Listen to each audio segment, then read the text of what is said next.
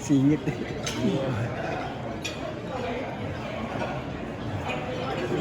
Chap, congratulations. Another All-Star Game MVP at nanalo kayo tonight against the South.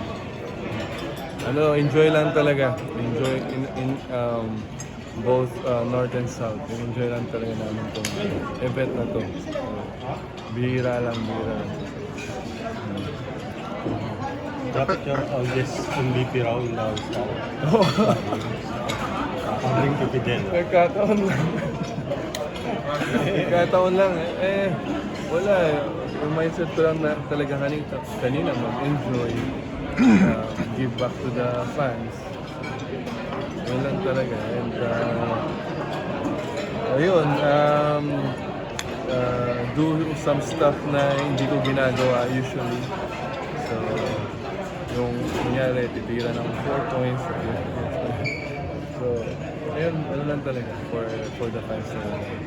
Saka first time mong solo MVP, no? Yeah, dalawang previous ko MVP. Ayun lang, ano lang talaga sa exhibition game, so tinatry lang namin ibigay yung kung ano yung gusto ng fans. Yun, mga dunks, ganyan. Dapat yun nga, kasi di ba, at this point of your career, parang mas chine-cherish mo ba lalo yung mga ganitong exhibition? Yes, of course. Thankful ako kay God dahil sa sa event na to.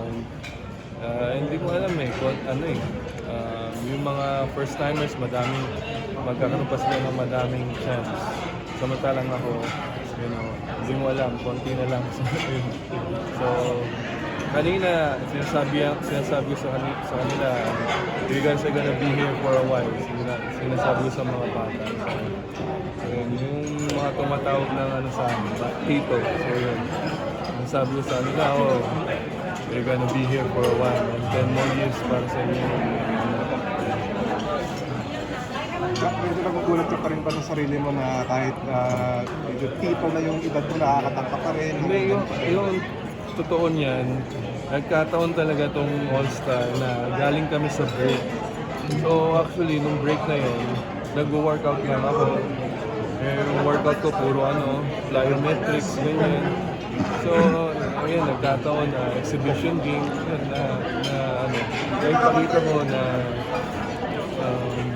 medyo fresh pa, hindi pa pagod.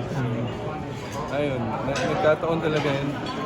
Sa tingin ko, magandang opportunity din pambukas ng Commissioner Cup para at least di masyadong seryoso.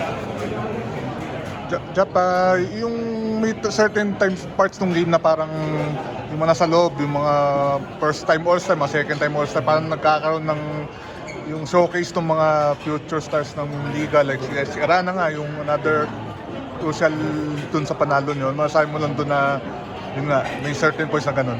Yeah, sila yan. Sila yung magiging future of the league. So, ayan, makikita pa natin sila sa mga susunod na All-Star. Ayan, and ayun, may isang part of the game, go hard yung mga young guys. So, ayun, very exciting yung silang panahon. Thank you po. Jap.